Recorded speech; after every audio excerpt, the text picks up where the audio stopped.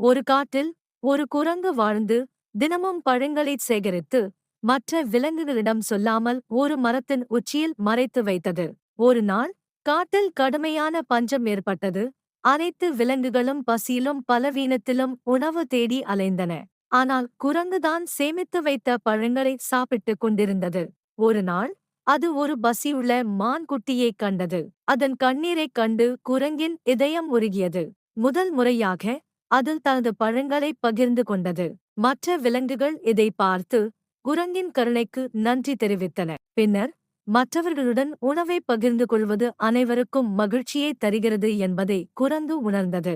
அன்று முதல் குரங்கு காட்டில் மிகவும் கருணையுள்ள விலங்கு என்று அறியப்பட்டது. அது தனது உணவை மற்றவர்களுடன் பகிர்ந்து கொண்டது. விரைவில் மற்ற விலங்குகளும் அதையே செய்யத் தொடங்கின. காடு மீண்டும் சிரிப்பாலும் நட்புடனும் நிறைந்தது. குரங்கின் தன்னலமற்ற செயல் சமூகத்தை ஒன்றிணைத்தது. ஒழுக்கம், பகிர்ந்து கொள்வது மகிழ்ச்சியையும் உண்மையான நல்வாழ்வையும் தருகிறது.